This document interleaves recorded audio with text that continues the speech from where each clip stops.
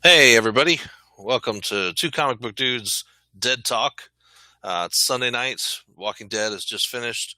Talking Dead is annoyingly on right now, and so we're replacing that because we're better.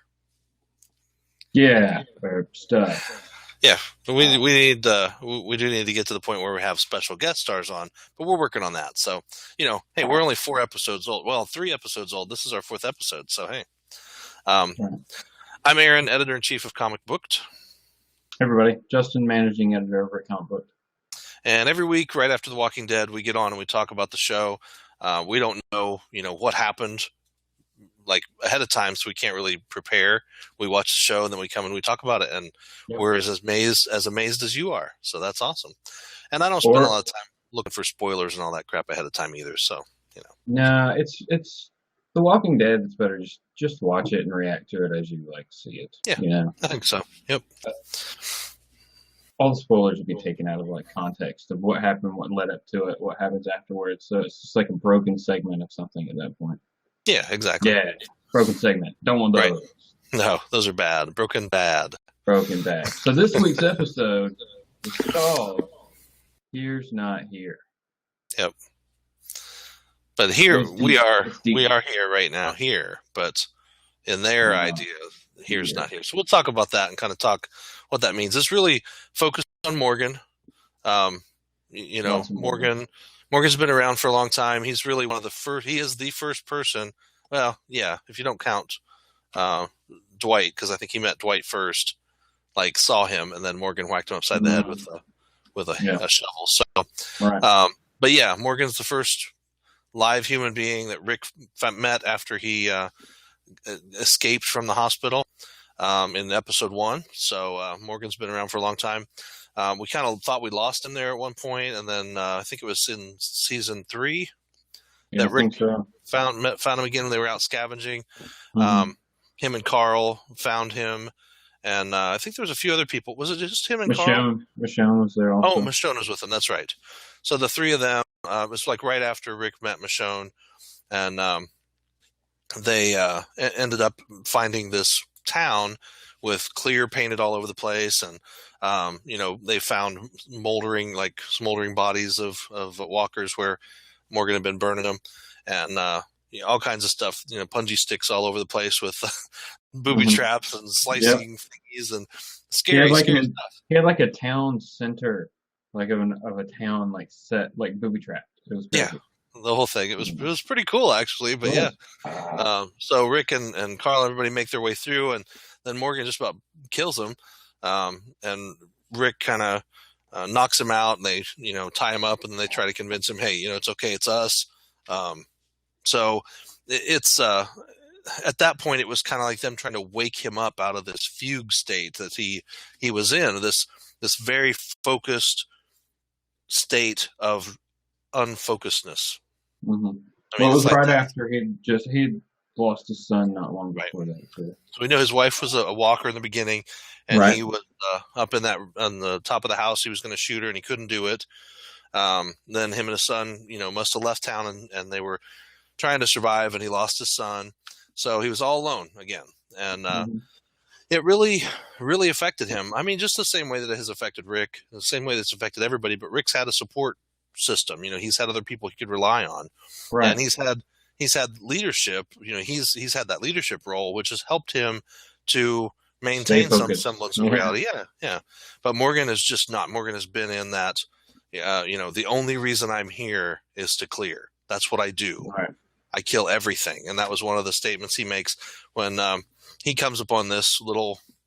I guess the beginning part he's clearing. He's making circles. He's putting sticks in the ground. He's catching walkers, burning them. He meets a living couple of humans and he kills them. And I mean, that's his thing. He just kills everything and then he burns it. And so that whole idea, is just ingrained in his mind that that's the way he survives. And, kill anything he encounters. Yep. That's what he says. So in this, we start out with him talking to somebody, and that somebody I was automatically assuming is the wolf that we thought he killed, at the end of episode before last, the end of episode 2. And that's, it's who it turns out to be. Spoiler alert. So it's the wolf that he didn't kill. So we know Morgan has this affinity for, or I'm sorry, no, not affinity. What's the other word? Aversion. He has an aversion to killing. He's vowed not to do it, and we don't really understand why up until this episode. So this episode really gives us that background that we've needed to understand kind of the inner workings of Morgan's mind. We were talking before the show how we know Morgan before, with him and Dwayne, his son, and then we kind of know a little bit about Morgan in the middle, but then we don't really know what happened between that middle and the now. And I think how he became like the silent warrior Morgan. Right. Yep. More like Killer Karate Morgan. So, but yeah, it was very interesting. I like this episode. It's kind of a break from the knuckle whitening stress of the last couple those first 3 episodes. You've just been like, what's going to happen? Then of course now we've left the last episode with Glenn potentially dead, or at least buried under a mountain of Nicholas guts. Right. Rick in the RV. Stuck in the RV. Who knows what's going to happen here because all those zombies walkers all over the place. Yeah, walkers, whatever. And then we still got Abraham and Daryl and Sasha leading the horde away. But then we have that other horde that's coming towards the RV. And then it's amazing when they do that last episode, when they did that pan out shot of them leading the horde away. How big that horde is, how much of the horde is still with them. Oh, yeah. It's miles. I mean, it seems virtually like miles of walkers on that road. And we know a big chunk of them left. So how many did they have before? It's just like, and all of this could have been simplified if they would have just killed them all while they were in the quarry. Light them on fire, I don't know. But then we wouldn't have a show. So anyway. It's a good plot point. So yeah. I mean, we have a lot of things going on, so much going on, and I think that's kind of why we needed to take a break and step back and look at Morgan, because Morgan's actions are going to impact everybody. I mean, what he's left this walker alive, or this walker. He's left this wolf alive, and he really feels that the plight of this wolf could be the same as his plight, and we talk about that as he comes to this cabin in the past, and he sees a goat. And I love the lines. The character Eastman is the guy who lives in this cabin, and he's got the goat. And as Morgan comes towards the goat, he says, "Please step away from the goat. I'm not done with her yet." Right. I was like, that's hilarious. So I'm still learning to make cheese, Still working on cheese. It's kind of funny. But the cheese thing, that's the kind of the running joke through the whole thing is, this guy's trying to make goat cheese and he just keeps failing at it, but keeps getting better. And he does finally succeed, and he's like, yes, cheese. Thought that was funny. But he ends up whacking Morgan over the head. Morgan shoots at him a few times, and he still knocks him out, puts him in a cage, and he doesn't kill him. Right. And then we find out, through the course of everything that this man had been a forensic psychologist, which I thought was very interesting. And he'd worked with the prison system to evaluate people who'd done terrible things. I mean, killers and whatever. 825 people. Right. Well, more than 800 males and 25 females, remember he said. So it was more than 825. He just didn't have a number for the men. So, yeah, because at the end, he was talking about the main guy. What was his name? Dwight, or not Dwight. I got his name here. The guy with 3 names? Crichton Dallas Wilton. Yep. So that was an interesting, so we learn about this guy, Eastman, who had a family. He had a job. And he was in the prison system. But he sees these kinds of people every day, these killers, these evil people. But he said, really, I interviewed all of these people, and I only saw one evil person. I saw people that did right. I saw people who did bad things, but only one evil person. And he tells the story about that evil person as we get through the episode, and it was really interesting because it was all about the the way that person interacts with people, and how this person was truly a psychopath. He really did not have a concept of right and wrong. It was whatever he wanted. It was selfishness. It was manipulation. It was whatever he needed to get what he wanted. However he needed to act to get to where he needed to be. Yeah. Yep. So, so we know, I think by that admission, the fact that the guy says there's one evil person and all of those people that he talked to, so we know there are those people in the world. Mm-hmm. And in that way, through Eastman's story, we know that Morgan can never not kill. I mean, that's just not an option nowadays. Right. Yeah, you don't. He can do everything in his power not to, but yeah, it's going to happen. Right. So maybe not as for a reason. Right. But he's obviously not going to shoot people as often as Rick will. Right. I mean, Rick is shoot first, ask later. Yeah. I don't know. You make funny. Shoot you in the face. Rick shot first. Yep. Pretty much every time. So we have Morgan in the cage. This man Eastman introduces himself. He feeds him. He basically, takes care of him there in the cage, in the cell. And I didn't think to ask. Oh, sorry, it's late. It's past my bedtime. All that fallback stuff. Don't forget to set your clocks back. Right, last night. The whole thing. I didn't think about the cell being in the cabin as really. I didn't even question that. I just thought, hey, he's got a cell in his cabin. Okay. I was like, no. I was like, okay. Why is there a cell in the cabin?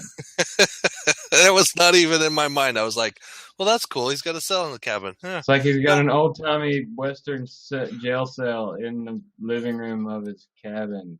Well, and I thought about the fact that maybe this had been like some kind of old-timey camp. Yeah. That's kind of where I went, was that maybe it was an old-timey camp, and this was a whatever. But then I was like, well, no, because he's got solar panels and all this stuff. So, yeah, I was not all there with that part, I guess. I was hoping there wasn't something weird going on there. Yeah. Well, there kind of was before, but there was no putting the lotion on the skin. So yeah. Yeah. So we have him kind of toss the book in there, The Art of Peace, and I thought that was interesting. It's just like, this worked for me here. Like it's something you pass on, but you don't pass it on. Like, it has to be something that person chooses to take as opposed to you giving it to them. Right. Kind of interesting. And it had to be Morgan wanting to read it and wanting to take that step. And I think it's interesting the way that Eastman talks about the doors. And, you open that door and you step through it and you're back in that terrible time. He's talking about like PTSD. Mm-hmm. Yeah. Which, this wasn't really PTSD because it's not post-traumatic stress disorder. It's in the traumatic stress right now. Yeah, you're still in the environment that caused it. Yep. But yeah, with that, I thought it was interesting because, Morgan had to choose how he was going to deal with the situation now. And it's really going to impact, everything going forward. His relationship with Eastman, whether it was going to be a relationship or whether he was going to try to kill him, which he did try and failed. Mm-hmm.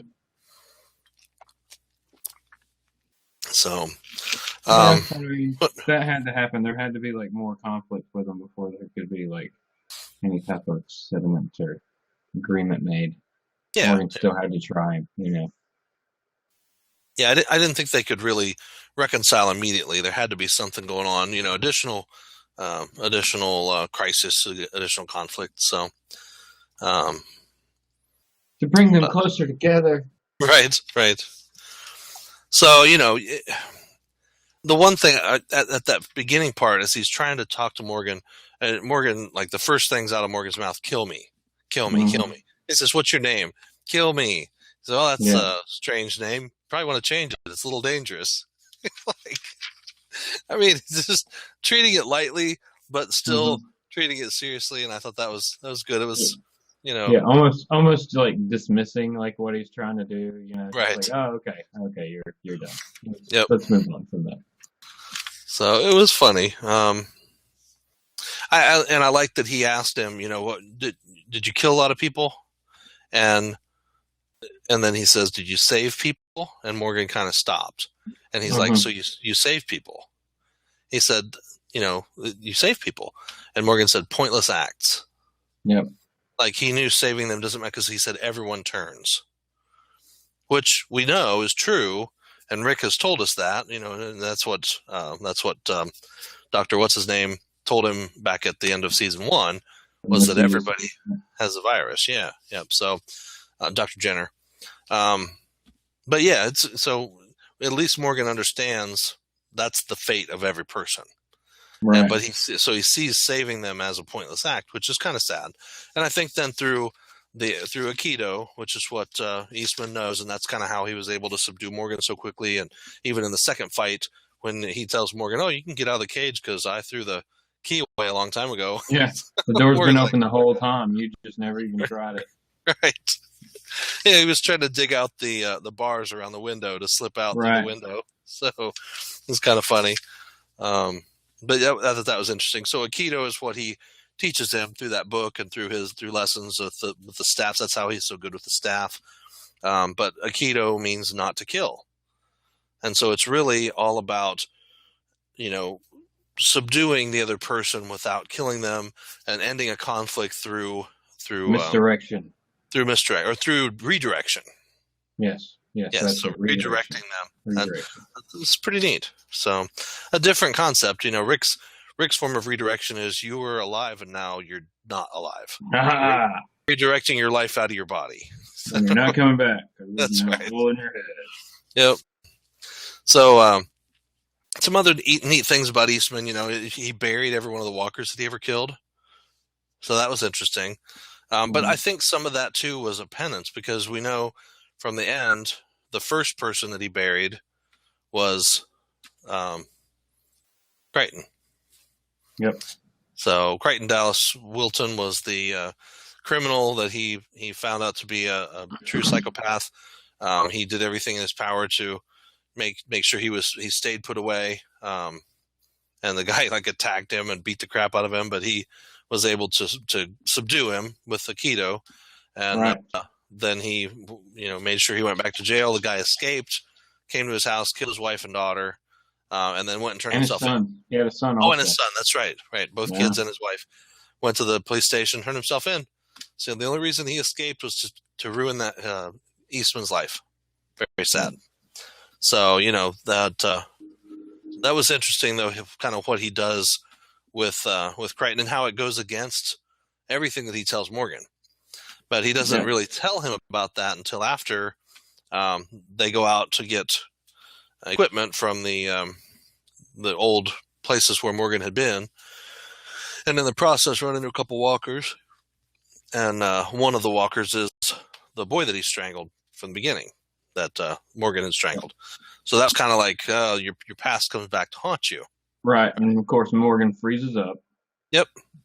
Well, now, I don't know about that. I don't know if he's so much as froze up as maybe he was like, this is the end of me. This is my fate. I killed this boy, and now I have to die at his hands. No. Because afterwards, he said, kill me. Kill me. He just kind of snapped back into being, he lost hope again. Yeah, but I think it's because he saw, I killed this boy, and now he's a walker. This is karma coming back and basically telling me that I have to die. And that Eastman jumps in front of him, stops him, and then the walker bites him. And then he's able to, take it out, but it's too late. We know Eastman's going to die. So it's very sad, but I think it's a way that you're showing that Morgan's still not fixed, right? Morgan's still got issues. It was Morgan's laziness that caused his friend to die. Because if even when you're in a crazy rage, you should make sure that you poke a hole in someone's head after you kill them. True.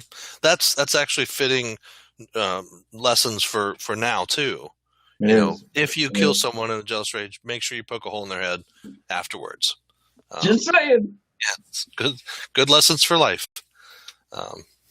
And you're welcome. Poke yourself in the head when you're done too. You know.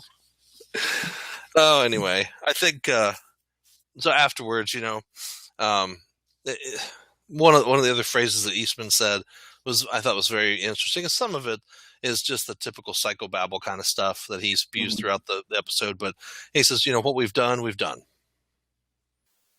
And Morgan had lived in the past and dwelled on that past for so long, he just wasn't able to get past it on his own. And I don't think he ever would have. It's kind of like Michonne. Michonne was in the same boat. She was stuck in that world where she was, dark and brooding Michonne with the two guys in tow and killing everything she ran into. She had her past in tow. Yeah, that's right. Those were the guys talk about being chained to it. Yeah, it was very interesting. Well, one was her husband and one was his brother, right? Right. So yeah, that's crazy. But yeah, through all of that, I think it was important. Eastman says, "I've come to believe that all life is precious." Right. And the emphasis was, "I've come to believe that all life is precious." Believe is where the emphasis was, and I think that was the thing. Morgan had lost his belief. Morgan had lost faith. Morgan lost hope. All Morgan had was clear, kill, clear. That's it. Survive. And this guy, that's it. Yeah, and Eastman gave him something to believe in again. Give me something to believe in. Oh, yeah. Anyway, and we break down into song. That's sad. The show's going on too long when we start singing, so we're almost done. So Eastman saves him. Eastman gets bit. Now Morgan, of course, more guilt piled on top of him.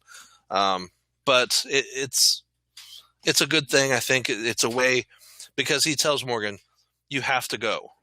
You can't stay here. You can't be it. It couldn't be just me. It can't be just you. You need other people. It takes other people." And so Morgan leaving and going to find people is just the next logical step. Plus, in a way, it's the next step of Morgan's process of healing. Mm-hmm. Plus, there was a good moment in there where, like, after Eastman got bit and Morgan kind of went crazy again for a minute, he's wandering around in the woods again. He actually saves a couple by accident, right? Yeah. And he doesn't kill them. They leave him something, and the lady says thank you, and it wakes him up from that rage, from being back in that zone where he remembers that he can help people, that there's something else that he can do, I think, at that moment. So yeah. Well, I think it was interesting what she left too. Yeah. Chicken soup and a bullet. And a bullet. Yeah. And it's like, what are the two things that are completely priceless nowadays? Food and weapons. Yeah. So she gave up a big can too of chicken noodle soup, and that one bullet is just very interesting. So, just the fact that he realized that maybe those pointless acts really aren't pointless. Maybe there is something to trying to be a good person and trying to help, because he does have these skills. He should be using them to do what he can. So, yeah, I don't know. It was a good episode. I think, next episode we go back into Alexandria. We see some more of what's going on internally. Doesn't look like much is going to happen about what's going on outside. And it's interesting because if we go back one episode to episode 3, when Michonne and Heath and the other guy that I can't remember his name come back to town. Yeah. What do they see when they come through that gate? What's the first thing they see? They see the church and the bell tower, and it's burnt to the ground. Did you notice that? Is the whole thing burned? No, the bell tower's still there, but the building itself is burnt. Yeah. I didn't notice that, yeah. Yeah, so something's going on there's some more time there that we haven't seen yet. No. So I think that's kind of interesting. We see the time where Morgan comes in, or Morgan comes in and everything happens, but there's more time there between. I don't know. So we'll see what happens. See what happens next. Excuse me. Yeah. So we'll find that out next week. Another great episode coming up. This was a great episode. We learned a lot about Morgan. learned about Eastman, how Morgan got his skills with the staff, and how he got his. And we don't get like a definitive time frame of how long he was there, but you Right. gotta, from watching it, you gotta think it was months. Yeah, He was yeah. with Eastman for months. Long enough to build up a strong relationship with him and have Right. it really impact his way of thinking. So yeah, it was good. Yep. But so next week we'll do the same thing. As soon as episode's over, we'll jump right on here and get you a video up. Please leave us comments. Last week we did the same thing, and we'll keep doing this until we get 10 comments. We have a really cool poster book up here that is from earlier in the seasons, Walking Dead. 40 posters in there, and I will send it to you for free. All you have to do is give me 10 comments, and not 10 comments from the same person, please, but and be in the continental United States. Yes, that's true. So 10 comments. If you're in the continental U.S., if you've got friends who like The Watching Dead, The Watching Dead. We should have called it The Watching Dead. That would have been awesome. Name change. Show's name changed. No, we've already taken it. You can't take it sour. Let's go.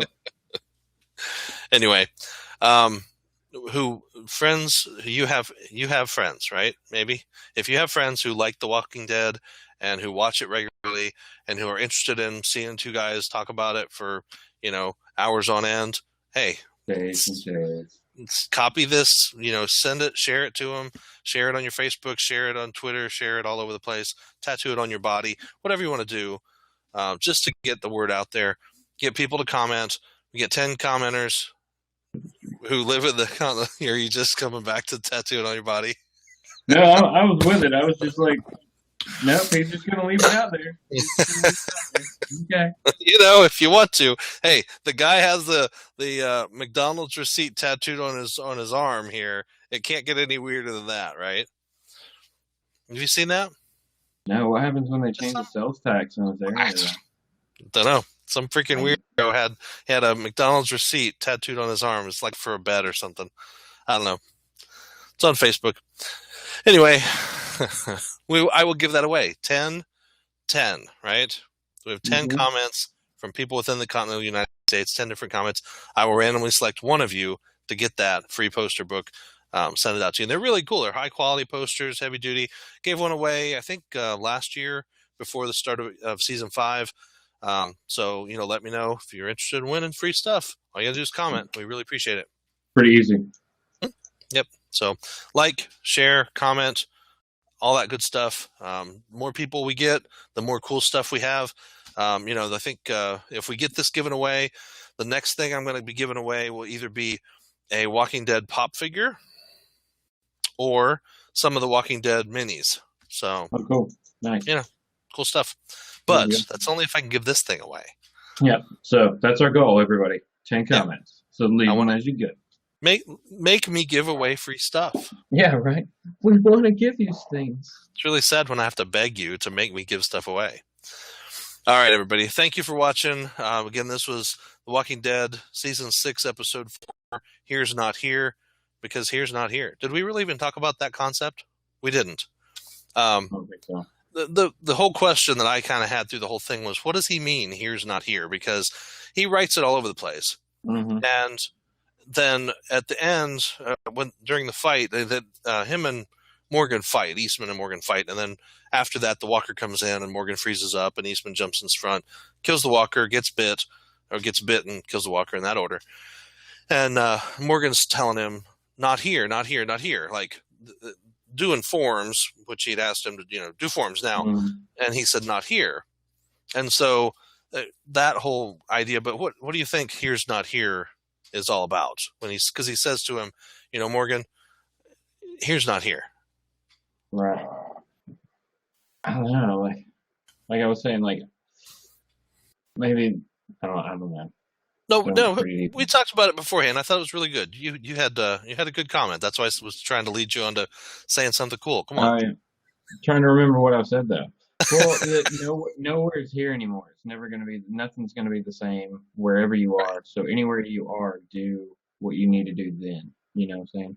Yeah, I think what you said before was, it's not like it used to be. Mm-hmm. Here is not here. So if you're saying this is not the best time to do something, it doesn't matter, because there's no such thing as the best time anymore. Right. Here is not here. Here is where you are right at that moment, but it's not. You say not here, not here, not here. There is no good place. There is no good time. Right. It's always this time. We're in the zombie apocalypse. What do you expect? Exactly. So, yeah, I thought it was an interesting, very deep thought too. I mean, like you said at the beginning of the show, very, very deep concept. And I think that's where Morgan lives now. He lives in the concept of, here's not here. There's no good time and no good place. And we'll wrap this show up kind of with the way he talks to the wolf at the end. And the wolf says, "Do you think that, your situation could be mine?" And he says, "I do." And you could just see in the wolf's face. And maybe this is where he's different from Eastman, because Eastman said that he could see in that man's eyes, in Crichton's face, when he was lying. He knew when he could see exactly the time when it all slipped away. And I think we saw that with the wolf, because he said, "When I get out of here, I'm going to have to kill you and everybody here, even the children." The kids. Yeah. Yeah. And so it was like making a special point to say, "I'm going to kill all the kids." Right. I mean, it's making the point of saying that he is the psychopath. Like, you can't fix me, Morgan. You want to, and you're going to try, but you can't. I'm going to kill everybody if you don't kill me. But we do know that wolf is messed up. We don't know if he's bit or if he just got like a good cut or what's going on. But he's got a physical ailment going on. Yeah. Well, and there's something else too, and I think I said this before with not the last episode, but episode 2. They're very driven. And the fact that, that all the wolves are very driven, and we know they were taking some of the people from Alexandria away in chains, like they were taking them back to be slaves. Right. So are these people tortured and then programmed to be wolves? And they're, he said something about his code. That's his code, killing everybody. So is that what they're, driven to do? Because they seem so desperate in their actions. So desperate. Yeah, I mean, I would think that there's got to be a leader of them, and that basically it's driven by fear. Yeah. That's the only thing I could think of, the way they act, how desperate they are, and what they're, And that's why we hope, I've heard rumors that it could be Negan leading the wolves, but I don't know, because in the comics, the Saviors were with Negan's group, and they were so much more clean-cut, driven by a specific directive, and these people just seem to be scavengers and driven by fear and anger and hatred, and that's it. So, and desperation, and most importantly. So I don't know. We can sit here and speculate all night, but I'm not going to do that, because we'll find out soon enough, right? Soon we will know. Not only that, but it's past my bedtime. So. No. All right, everybody. Thanks for watching. We hope you enjoy 2 Comic Book Dead Talk, and we'll be back next week. Yep. Thanks for watching, everybody. Don't forget, 10 comments and you get a book. And go to TeePublic and look at comicbook.com. That's right. Comic books. And you can buy a t-shirt that looks like this logo, so it's cooler. So go get a t-shirt. Yeah, and we'll have a few more designs up this week, hopefully. You can check out our Facebook page, Comic Booked, and on there is an actual link directly to it. If you click that link, you could maybe get some cool stuff, and, they got lots of other t-shirts too. So if you click through that link and go look at our t-shirts, you don't want anything, you can go this one there. T-shirts. There are some awesome stuff, definitely. So, check us out at comicbook.com. New content up there every day. Yep. 2 Comic Book Dudes on Facebook as well. We have all of our videos posted there. I have a few other videos to finish up over the next couple of days and get up. So there may be like 3 or 4 go up in the next 2 days. But we look forward to your comments, because we do respond to almost every one of them. Yep, definitely. Okay. Thanks, guys. Give you something. So bye. Yep. Bye. Thanks.